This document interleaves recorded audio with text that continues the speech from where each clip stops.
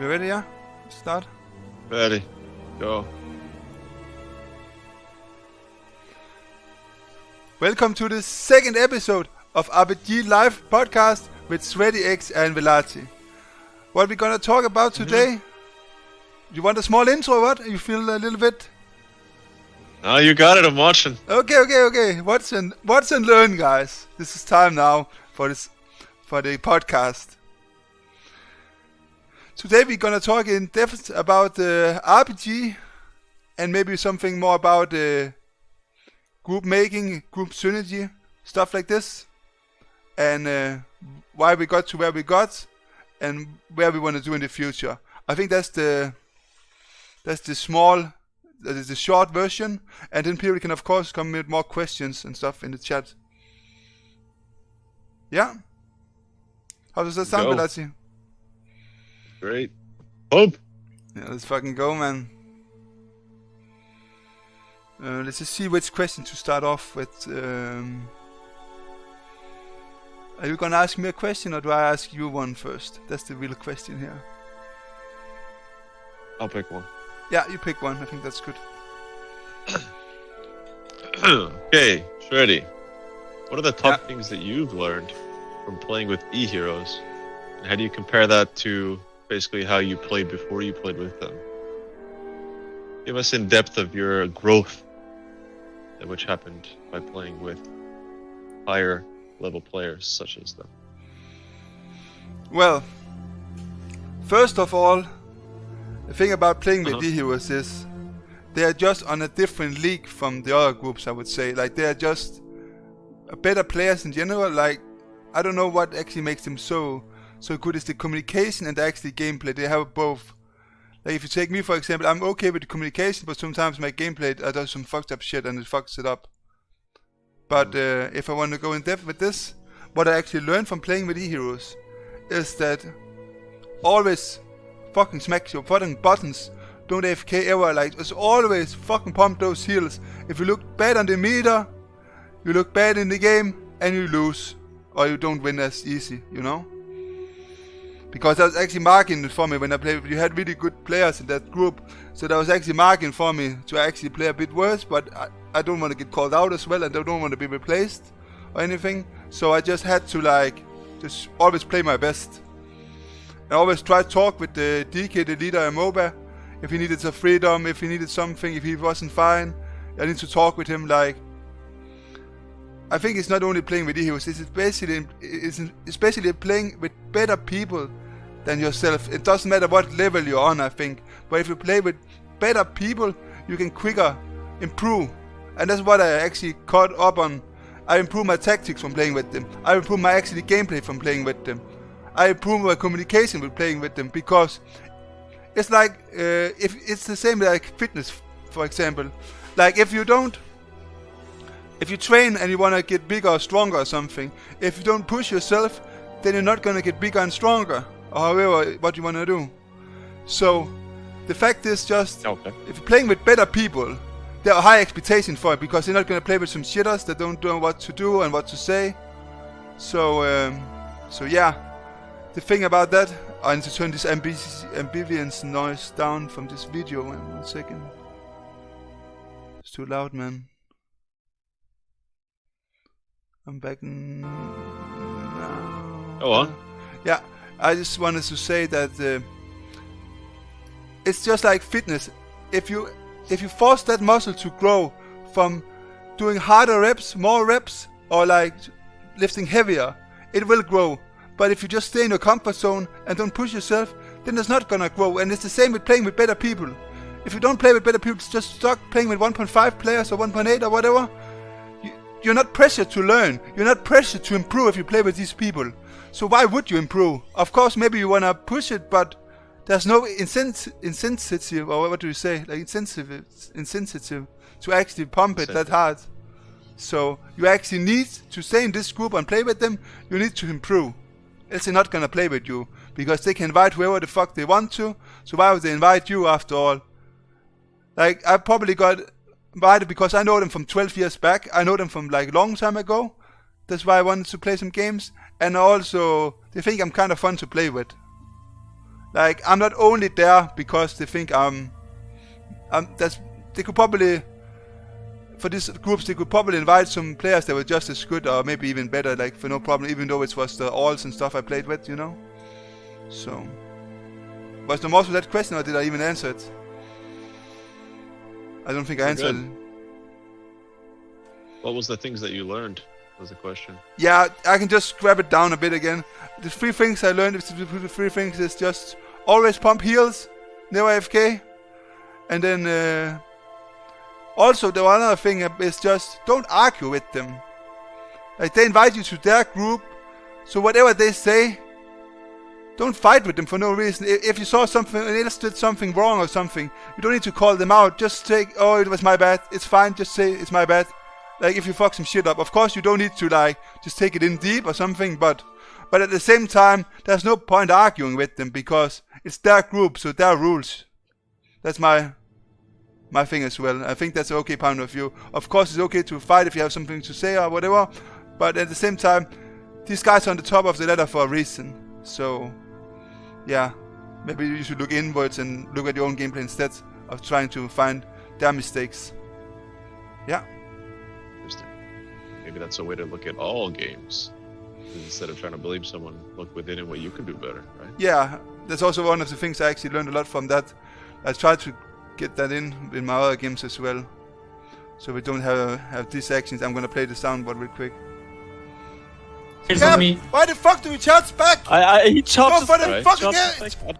Yeah. We want less of that sometimes, you know. So. Was there not? Do we have? Should I ask you a question now, or what do we do? You can do whatever you want, man. Yeah, let's ask you a question then. I have a question for you, bro, as well here. Go ahead. Go ahead. Yeah, I have this. It's more a general question about RBG and groups and so on. Why is there so few people that make teams? Everyone wants to join groups, it seems. Yeah. Networking issue. Just because someone's good at the game doesn't mean that they're good at networking. Networking requires selling yourself, requires being forward, requires having social skills, and a lot of people don't have that. And a lot of people also don't want to take responsibility, or maybe they feel responsible if they lose their game because they are the ones that formed it, so it comes back on them. So I think a lot of people don't like this pressure. It's a lot easier to just join someone else's. Whereas, you know, if you make a group and you form and you lose, you sort of feel like everyone's looking to you as to why it happened. There's pressure. And, yeah, people are just shy and lazy, right? There's that too. So,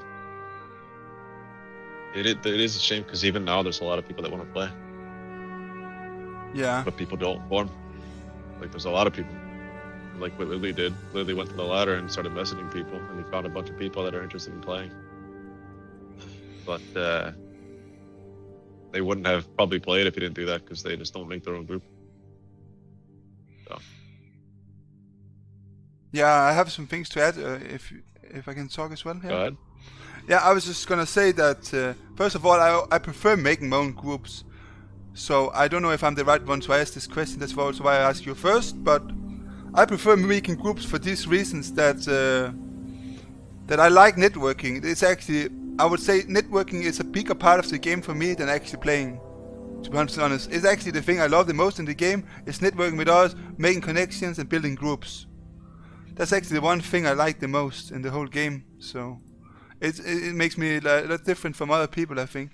Can you still hear me because I DC from the game? Hello? Yeah, I hear you. Okay, good. I hear you. But it's easy from the game. But yeah, why was that? Yeah, that's why I really like making these groups. Also because if you make your own groups, the group is in your name, so it's your responsibility as a group leader to make this group function and win games. People don't want to join groups that loses. That's just a fact. So you need to build a strong group. If you have like a main team going, or like kinda main team, you need to build a fucking strong group, because people don't want to join groups to lose. They want to win. So It's about keeping high standard, but still getting queues and still inviting the best people you have. But there's other problems with it. Is also that you don't want to sit and replace people for no reason and stuff, because it needs to keep a good atmosphere. So it's about like messaging people to invite you to your group in the order you actually want. You don't just message the first 10 that pops up on your friend list. You skim through your friend list, look, who do I have online? Okay, I start messaging this and this guy, and then I go message this and this. You have like your own like sort of system in your head how you want to invite people. So yeah, you need to think things through a bit as well. Also, why people don't make groups, it's a lot of effort. Like, you literally need to sit a lot behind your PC to be able to make these groups good. Because if you just come in and try form twice a week, how can you have the good people then on your friends? Unless you're a multi-rank 1 arena player and know the people from networking there already. How are you going to build teams, like that? So. Yeah, the pressure. Maybe we should take a look at the chat real quick. What do we see here? Actually, a lot of people wrote something. A lot of Flamers versus Dogshit players. I'm only here for the Flames. Do you think arena players are better than RBG players? Yeah, I think arena players are better than RBG players if they care about RBG. Because they're probably better individual skilled players. But a lot of arena players tend to not care about RBG. So that's a big no-no. If they don't care about RBG, there's no point in inviting them. They need to be both arena and RBG players. That's the best combination, I think. What do you think on that, Velati? I think they're different. I think arena players are better mechanically for class mechanics and at the micro level. I think RBG players have more experience to a larger team structure and at the macro level. Macro meaning like full 10 player, everyone's location, how the map works, the map awareness, things like this. So that's a huge, and then you know what to look for as well, right? Yeah. So it just depends. But if I look at to invite someone, I of course look at his RBG rating and XP. That's the first thing I look at. But I would not take someone if they don't have arena XP, if they only play RBG. I think it's at this point in the game, it's fine only to play RBG as well. But if they have some arena XP, I think that's a plus. If they have like 2.2 CR arena as well, I think that's a plus to invite people. But yeah, it's not something it's not the first thing I look for, to be honest. I think it's sort of, they go hand in hand. If you have the skill to push in one area, like if you get high in RBG, probably at least able to get like duelists, right? Like 2,500 in arenas. That's what I found right now. Yeah, that might be tough, push, unless you really put effort for it. But if you just barely play arenas, you can easily. Most RBG players can get duelists release, right? So, and duelists still like 2,800 in arena is still duelists right now. So yeah, it's a big bracket. For sure. Gap. But yeah, they're just different, right? They're different. It's about experience. It's also kind of bad to invite someone that might be high rated in RBG, but their highest rating in arenas was 1,500, and they have a losing win-loss. Yeah, it's not really comfortable, especially if it's like a class that'll potentially have to do a 1v1, like a Boomy or Rogue or something like this, right? Yeah, it's actually different from class to class, I think, to be honest. Like a Warlock, I don't care about his actually arena XP that much. I just want him to pump damage. Like, I rather care if he has like PV gear and shit than can actually pump damage, Maybe have some good Warcraft logs. I could even check that if I wanted to. His PV logs or something. I don't know. I think maybe that's more important for Warlock. What do you think? Sure. Yeah. I mean, I remember a while ago we used to try to bring PvE players back in MOP. But it's like no PvP skills. They would just come in PvE and they would actually pump, like if they're like actual parsers, like hardcore raiders, they would actually do pretty well. RPGs are like a mix between the two, right? PvE and then PvP. Yeah, for sure. Because interesting mix, yeah. It's an interesting mix. That was a good question actually. What is the other question here? I love the passion when you explain Shredder your RPG eyes. Yeah, I guess the king. What more important, strategy or comp? That's a good question, I think. What's more important, strategy or comp? Do I start or do you start maybe? Depends. depends. It depends on the map. It depends on the opposing team. It depends on your team. It's a tough one.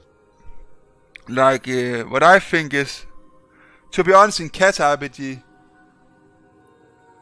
if you actually played a lot of games, there's not much different strategies you can use, I think, to be honest. I don't think there's a lot of plays, like on retail, you can... There's a lot of strategy. Yeah, but it doesn't seem... not like big strategies, like where you can ink from the start or something, or you can ink later. You can do some, but... Like, the rogue... You take two equal teams, right? Let me shoot a scenario. You take two equal teams. One team has a hunter and double mage, no boomy. The other team has picture perfect comp, right? And but the other team is just spread pressure and no one calling targets, right? Because calling targets is sort of strategy. Right? Oh yeah, so if you take that in the strategy as well. I was more thinking about with inking with rogues and stuff like that strategy. Well, strategy is also boomy, DK and rogue coordinating together and saying, I'm gonna grip the boomy. You need the bomb. I mean, that's a strat. It's a strat. First kill targets, CDs lined up. It's a strat. But if you mean map strat, that's a different talk. Yeah, I thought it was map strats. That's why I got a bit confused. But of course, strats matters. Like I don't want to invite a DK if he doesn't want to call targets and call the right targets and don't want to listen to the other people that call stuff and work together, you know. Then there's no point for me to invite a DK that doesn't work with the team, you know, because he's kind of the leader of the team, like in game like that. The DK should be that, I think. And if he can't do that role, then it's probably not a DK. I would prefer inviting from my groups, to be honest. Like, but other than that, like, rogues also need to take initiative with bases and stuff and with bumps. I don't need to sit and call every bump he does as a healer or something. Like, I'm playing healer mainly, so I don't want to sit and call everything for him. That makes it super awkward. I want a rogue that's actually take initiative. And now I played some with Shreddyx. He was in the chat as well before. And he really knows the game well, and he knows what to call. That's the reason why he's top run rogue on ladder, you know. So yeah, the rogues should actually lead the base inking and stuff, and the DKs should lead the fight, and the healers should just like call some defensive if needed, and maybe call if someone needs to pop a defensive or something like that. I think that's the part. But to go back to quickly, I think strategy is more important. Yeah, strategy. I would almost say even if it's just map, like, you can't do much different on Gilneas, right? But if it's AB, holy man, the amount of opportunity for out-stratting the opponent is insane. You know? Oh, yeah, also and even like Warsong, if you have a worse team, right? Let's say you have a worse team, a worse comp, everything. If you play the turtle game and they have a bad strat and they don't play it properly and try to counter the gauntlet, then you lose. It doesn't matter if you're winning team fights. It doesn't matter if you have a better team comp or whatever. So, yeah. Even after Storm, I think there's so much strategy if you play for base or play for flags and stuff. Because if you have 3 bases in after Storm, it's just way better than running those flags. You know, you win with 3 bases, like. So there's a lot of strategy. I think after Storm is probably one of the most strategic maps if you don't play only for mid. There's so much different stuff you can do in Kata. Because I think in retail you just mainly play for the mid, but yeah, maybe not. Yeah. True. What was more about the comp? Yeah, of course comp matters. Of course you want to play a strong comp, but you need to utilize the comp you have at the best. Like if you play 2 rogues, maybe you want to play more for inks and maybe more for stealth inks on FCs and stuff. And if you play with another melee or something like a DK and a warrior, like double mates or something, you need to play around what you have, work around it. So I think the comp and the strats should match each other, you know. You shouldn't play for like wiping team fight completely if you play double rogue. That doesn't make any sense in my world. So was some more on that? Next question. Yeah. He's saying, I don't take any fucking initiative. If I go something and we lose it, I get ultra flamed, lol. Yeah, that's the thing. If you play rogue, you need to make good calls, and if you fuck something up, you will get flamed. Yeah, this is how it works. If you make a bad call as a leader, you also get flamed. But if you make a bad call as FC or rogue, I think that can be kind of painful, especially the FC as well. A lot of people have a hard time with FC if they make a bad call, bad decision. It just gets seen so much in a snap like that, you know. Like Yeah, what's your take on that, Velati, with rogues and ferals? Don't you think they are the ones that they need to make plays, but they like, yeah, you can flame this if you fuck it up, so you need a good strat? Or what do you think? Yeah, I think, of course, when an FC dies, it's easy to blame, right? Or if SC loses base, it's easy to flame. It's just a complete not obvious much more to ones. say about this. Yeah, exactly. Yeah. Yeah, if a Warlock fucks up, it's not as easy to see his mistakes, right? Outside of just maybe damage or something. You see slow damage or something, or CC or whatever. Mage Dragon Breath and stuff, you can check on that, but yeah, it's not gonna be the Ultra Flame, you know. Warlock is kinda hiding, you know, in some way. It's something you will look at after the game, not under the game, so. Let's see here, what is the questions here?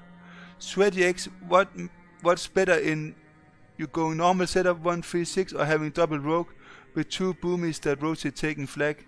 I've seen few teams in US having 2 boomies with 2 rogues on flag maps. Honestly, I don't think double rogue is good in you mean flag maps, that's with Warsong and Twin Peaks, yeah. That's how I read it, yeah. In Warsong and Twin Peaks, I don't think double rogue is good because you're gonna have both rogues in fight. I don't think that's so great. But in base maps, I think it's really fucking strong to have double rogue. It's super scary, and you can ghost like Draenei and Mage Tower and Ink Felry or something together, or you can do a lot of sneaky stuff with ghosting and stuff with double rogue to get bases. Stealth is always good in base maps for sure, and even in flag maps if you can like go in stealth and ink the FC and get caught him out of positioning, I think it's really good as well. What about you, Velati? There's something on that. So. Oh, I think you hit it, man. Oh, nice. Thanks, man. I'm trying to think of the next question that we had. Yeah, I'm just reading. Well, you said you had a couple, right? Yeah, but let's go to our question. Then we read the chat a bit again later, okay? All right. Yeah, I just want to ask you, and maybe you want to ask me as well, this question here. Like, how was your Season 1 Kata journey from start to the end? Can you explain it a bit, like what happened and what didn't happen then? Yeah. Well, I started a bit late, right? I was planning to play a little Spriest. And then, because I wasn't too sure what the meta would look like, right? I haven't played in a long time. I didn't play private server. But once I started to see it shape, tried to play it a little bit. Wasn't working that well. And then I saw the shortage of DKs out there. And that's how it all started. But I was PvEing in the beginning too, you know, like I met a guild and that was looking for officers as well. So I jumped in, took the position, and now I raid lead with them. So I got kind of busy with that at the beginning of the season. But then once I got into PvP, like I said, I came a little late, but then I started just networking. And then I ran into... Yeah, you were networking a bit with me as well. You actually called me out. Do you remember that day when you called me out? Yeah. Can you talk about that a bit? Nothing really to say, right? No, I just remember you called me out that why you didn't invite me. Why I didn't invite you. Where's the invite? Yeah, you just called me out in public. Why the fuck is the invite, you know? Like, I'm probably better than this and this and this, why don't you invite me? And then I actually gave you a fair chance after that, you know? People didn't really know you, so it was a bit in the start, but after you just prove yourself that you played good, then you were in, you know? You need to win the spots, kinda. Yeah. It's always how it is, so... Yeah, that's what I always say to people, right? Like, when people always get chances, right? But you have to make use of those chances. And the people that complain that the community's bad or something are typical people that get chances and then fuck it up multiple times, probably. So, yeah. And then from there, you just kind of try to network and find people that you synergize with. And I think I got kind of lucky. Met some pretty cool people. We enjoy playing together and we synergize well. And, I guess I'll stop there because that kind of goes into my next question. So yeah, maybe you want to ask me the same question first as well. Do I go through that as well? I think I don't know. Stream, do we want to hear that? Does the stream want to hear that? You want to hear that or not? Like, do you care about my journey as well this season or not? Yeah, let's talk about your journey highlights, and then my journey was good and bad, we'll go and into dramatic, the next question. and it was everything. It was the roller coaster. Let's put it like that. It went up and down. We started on a horde side. We were horde enjoyers, and I made groups in the LFT. I literally had 0 people on my real ID. I removed everyone from RBG earlier, and people started adding me back, but I started from scratch. I just put Hero Elite, pushing rating, then I just made group like that, because I had Hero from retail, so I could use that, and then just had the biggest test of people. I had a few guys I queued a bit with in the start, but other than that, I had like, the first, actually main team was first after like almost 1.5 months. Other than that, I was just pucking, and going through people, adding everyone that I thought that played well, until I went Alliance and did the same again. It was kind of starting from scratch again, because you needed to get new people from Alliance. And the thing about me, I prefer not joining groups, to be 100% honest. Like I could get into better groups as well if I really want to, but it doesn't feel right to me to join groups always. I'd rather make my own groups, which is kind of good, but it's also kind of bad, because sometimes you need to play with even better groups. And that's when I made some groups, and Moba joined, and Moba invited me to some groups as well. That's when they start actually getting really good, I think. And also when I start playing Priest more, because I saw the lack of Priests. So I wanted to play Priest more, because I saw the potential in the Priest. Also because people like to lock me on cast, I don't know for what reason. And it's super annoying, and the Priest I don't need to cast. So it was actually easier for me to enjoy the Priest role, to be fair. Yeah, I think that was it for me there. What do you think? Nice. More questions done? That's good. Yeah. I think my next question is, let's talk about team synergy. What are important things that have synergize, and why? And do you want me to give an example first? So yeah, you can. Yeah, that would be good. Okay, so in one example like this, I think it's extremely important to have a mage, rogue and a DK synergize, and the reason is rogue is a bursty class and a control class, right? And utility. So if you have big frost strikes ready, you would ideally launch them together with a nice dance, or if you're about to do a grip, you want to make sure that the rogue's there to lock it down and drop a bomb. You want to make sure these things are happening, right? You don't want to, the worst thing that could happen is you grip something, and then the target gets bopped or life gripped back or something like this because the rogue wasn't ready to cheap bomb. So, or even, like they start popping cooldowns, they go bear form. All these things happen before the cheap shot, so it doesn't really feel that good. So it's always good to have the synergy. So what else is kind of nice to have on that same topic? I think healer synergy matters a lot, actually. That you can have healers that you can communicate with and talk with, and that also works together with the FC as well. But the healer synergy is really important. Like, I had me and I have good synergy with Zerat. I played a lot with him, but not so much on healer this season though. But it's one guy I have really good synergy with, because he knows when I do mistakes and he will call me out on it, so I can actually improve already in the game, Because I think when you make groups as well and you're the leader of the group, it's kind of hard if you're like a random guy to call the leader out. That's kind of not the best move always. But I respect what he says always, and I would actually always take that in, what he has in consideration. So it's a guy I really listen to. So I have really good synergy with this guy, Zerat especially. And also me and Clocks and Ranel, we were also healing good together at some point. I really like that healing trio there we had. That was really nice as well, with the communication and just hyping each other up and stuff. But also with the FC, it also matters a lot, but there's very few FC that had good synergy with this season.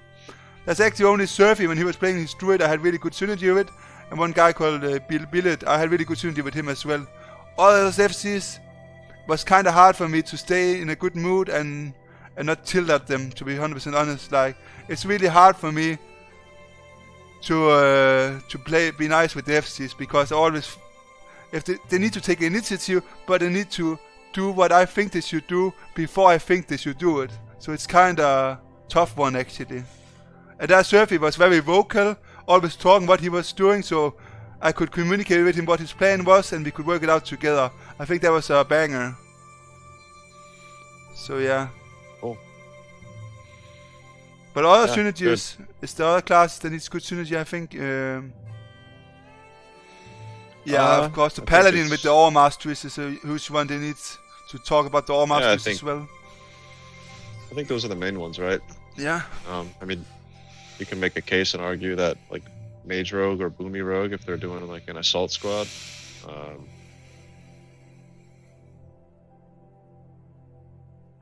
Yeah, I think that's generally it though. Yeah, but in general, also just like team synergy, like a leader that people can respect the calls from and listen to the calls, but also people come with ideas themselves. They are not afraid to play their game. That's something I had a big talk with Sirat about.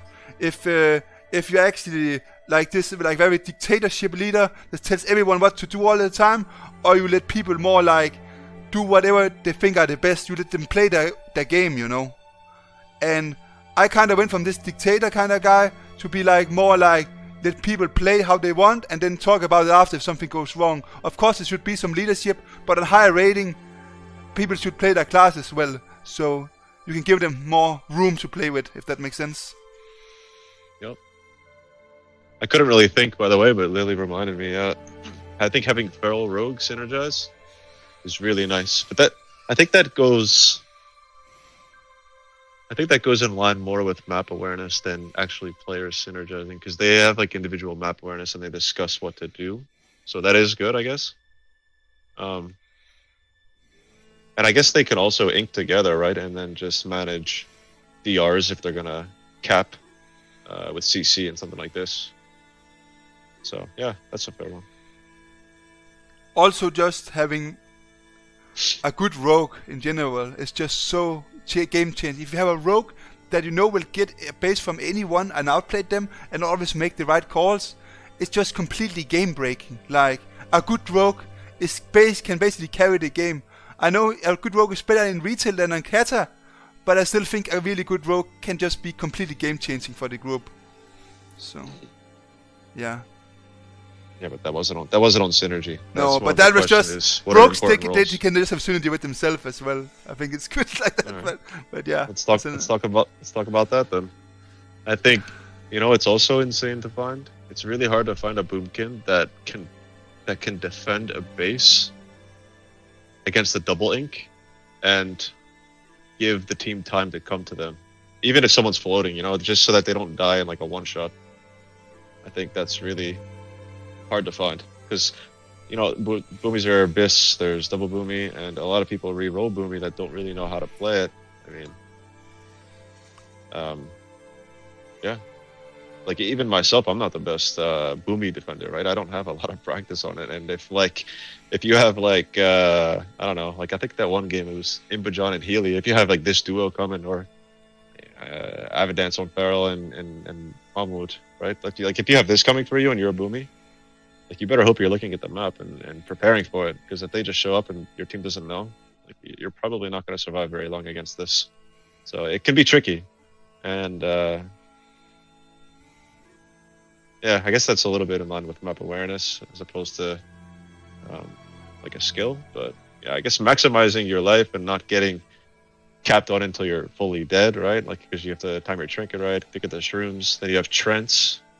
Trents can also be used to interrupt cap when you're CC'd, and you can control them too, which a lot of people don't even realize. So, yeah, little things like this. Yeah. Let's read the chat a bit. What's some questions is here? If people have questions, they can keep asking as well. We can't go through everything. Are you excluding people who can't English? Is that important? Well, if you are good at a game and you're playing a class that does need to talk a lot like a warlock, then it doesn't matter too much. But of course English is important to be able to communicate. I hate playing with people no voice and shit. Fuck that shit. What else was there here? Shreddy doesn't like my priest, confirmed. I didn't say anything bad about your priest. Your priest is good. I like playing with it. And with you. It's fine. What else is there here? Rogues can't do mistakes. Shitty class. I'm crying right now. Rogue has a lot of pressure. Yeah, Rogues, they're actually... That's also why I don't play Rogue. Like, it's actually a class that needs to make plays and carry the game. And we have all these guys that played Rogue for 15 years and only played that only one role. So, how would I be able to outplay those guys? I don't see... But I had fun playing with the Rogue. I got 18-0 and then I lost a fit. I was giga bad on it though. What else is there? Any questions here? I think that was those questions for now. Let's look at the ones we wrote before. I think only Grip had a question as well. He posted to me.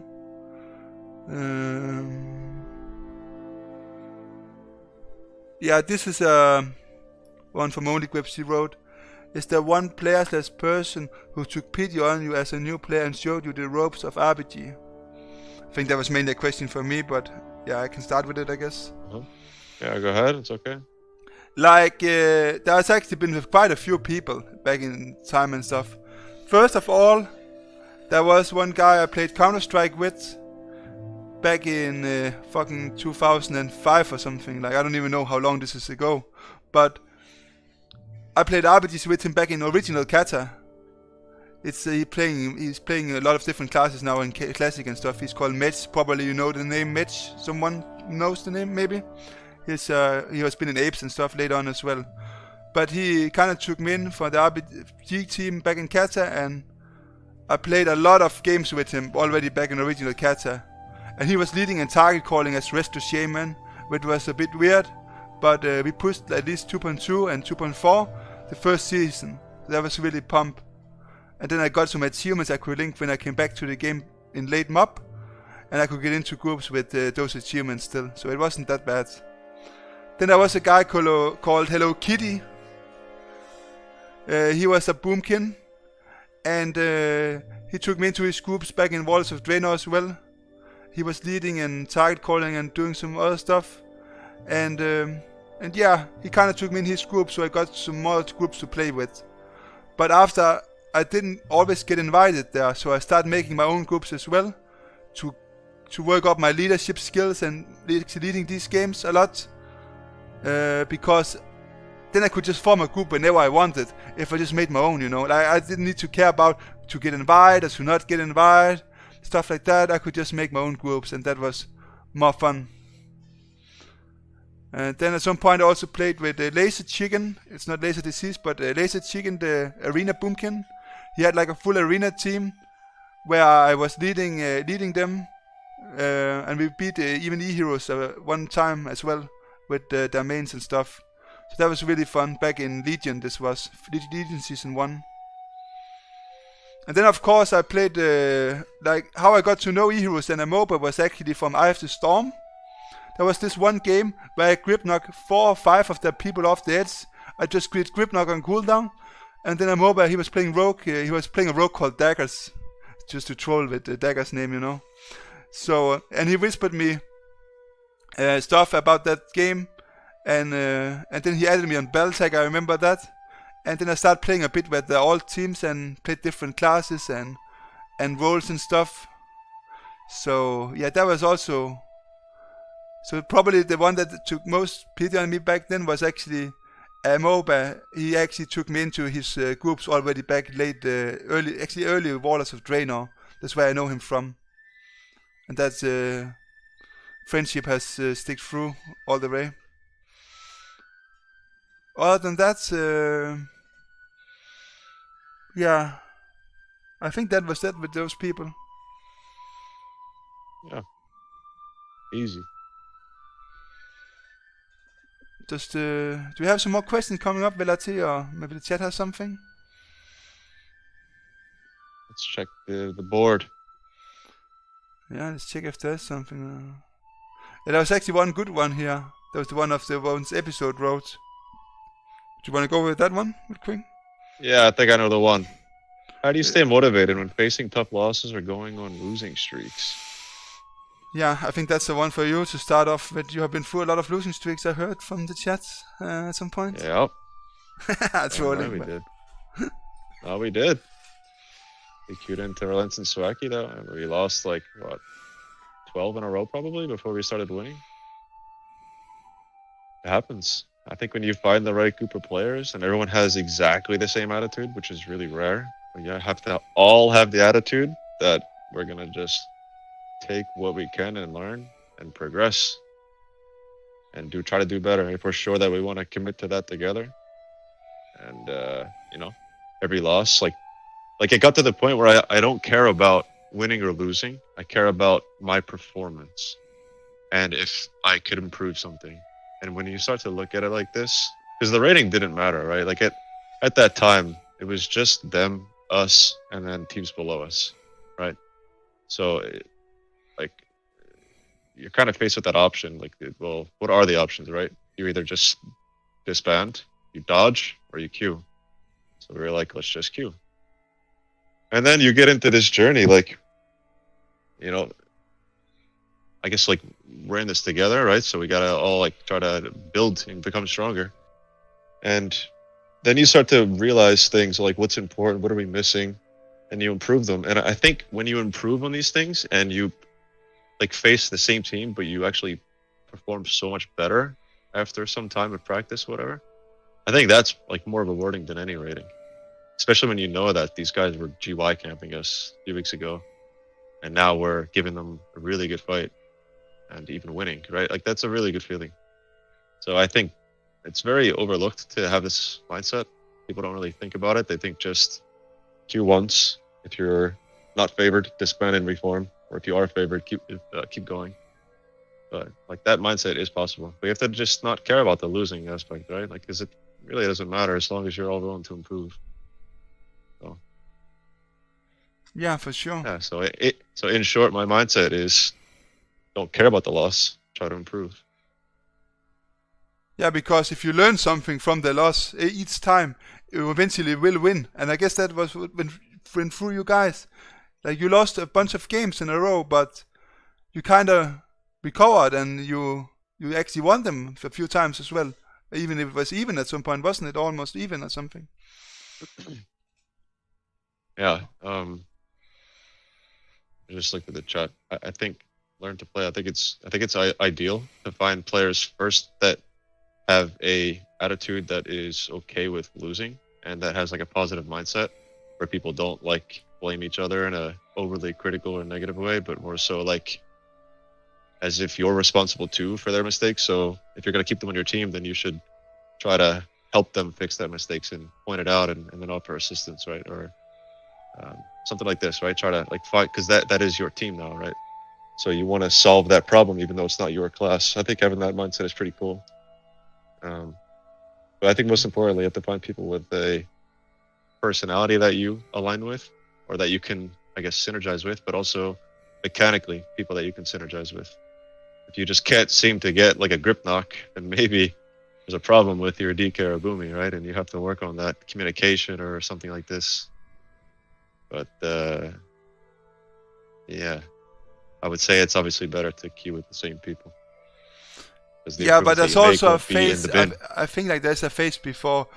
What I normally used to do is I queue with a bunch of random people, and then I build a team from there. You know, whenever I feel like I have the people in mind, then I start maybe making a sign up, or I just prefer inviting some people that I get good flow with, and then take it from there. You know, but having really main team is hard because then some people can't play for that long or whatever. Having like on Horde side, it was really like this. There was only a few people we could queue with, else we would lose everything. So we had to like stick together with those guys and maybe replace one or two each time. But other than that, we were just queuing with the same people over and over because there was no one else we could invite. There was literally no one. So yeah, I mean, obviously you don't just spam queue with the first 10 players you meet. You have to find people that you click with and that are also decent at their class to a level that doesn't need a shit ton of work and overhaul. And yeah, a good way to do that is just by queuing with random people and trying to find people. Also, that's how it starts, man. Also, just what you said, the people that just stay positive a lot, it helps a lot of the mood, you know? Like, yeah, it does. I think you and Surfy, you are the guys that think about mostly when I think about positivity and stuff. Like, Surfy is also really bringing a good mood to the team, and I think that's really cool guys to play with like that, because he's being positive even in bad situations. Then he maybe say some shit in whispers afterwards or whatever, but he's staying really positive. And it's really cool to play with people like this that's owning their shit and staying positive at the same time. I think that's just really good to have people like this in your group at least. Like on the flip side of things, there's Yeah. nothing more annoying than playing and like it's a close game and there's a little time left and you're really trying to come up with a good strat and make the strat actually happen.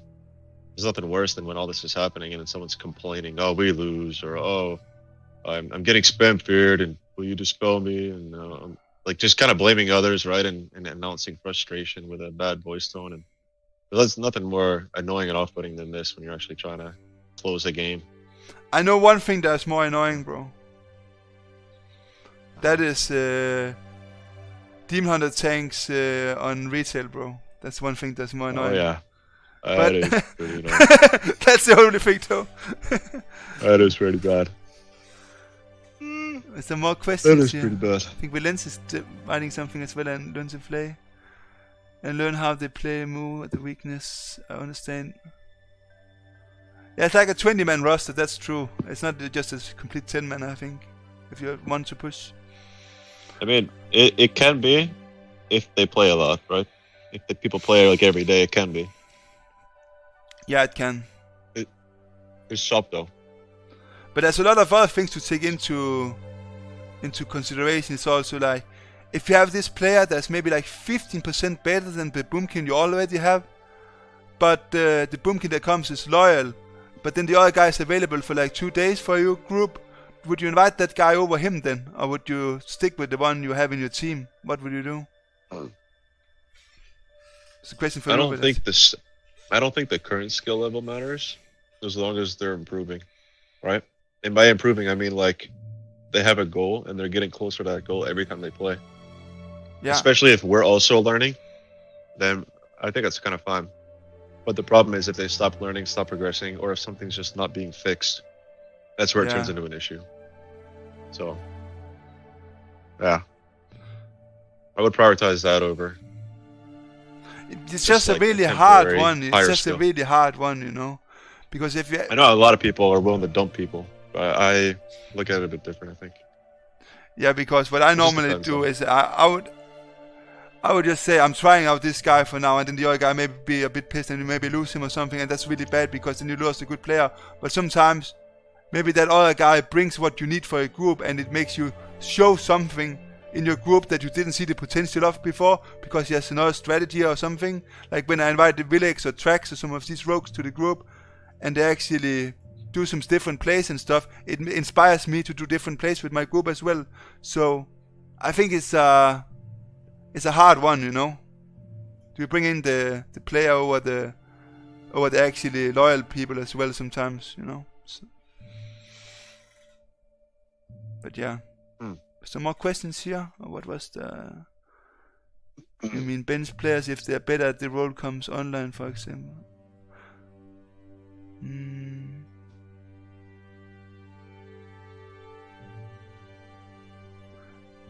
I think Valence has a good point here actually. The problem people don't make groups don't understand is that good players are attached to good groups. If you take a risk of inviting developing players, you risk losing your usual good players. Will look for better options. Yeah, I think that's a good point actually. Yeah, but the question wasn't just that. It was also like, is that person loyal, right? So if that person is like loyal and a friend to everyone, that's the question that I saw at least. Like if I join a friend group and I am maybe not that great at target calling, right? But I'm adamant about learning and getting better. And I'm close friends with all of them. If I were them, I would stick together and try to find the improvement and try to like worry about growing ourselves too. And as long as things are improved, I think there's like there's a big spectrum here. Like how much behind are they? How much behind are you compared to them? And how much better is the other person? It's definitely like a not so concrete answer. It can go both ways. Yeah, it's a hard one. If it's like a little behind, I don't really see it as a huge problem as long as they're improving, right? If they're your friend, yes. But it's not. I didn't interpret that question as enough, or as much as what he said that like good players will leave because of developing players. I wouldn't see them that far behind. That would throw a game and draw attention and make other people not want to play in that group. I didn't see them as that far behind in the initial question. But yeah, if they're that far behind, then yeah, of course. Yeah, but that's also why I think it's that's what good all group. That's what all groups are for, right? All groups are for inviting your friends that may not be able to keep up with mains as well. Yeah, but then you maybe have one like serious main push group, and then you have like a group one with friends that's maybe a bit lower that you still push with. So that way around, it takes a lot of time, of course, but in that way you know you can work it out together. Yeah. That's why we have two characters, right? Two DKs for me. Yeah, and I have 10 paladins. Shit.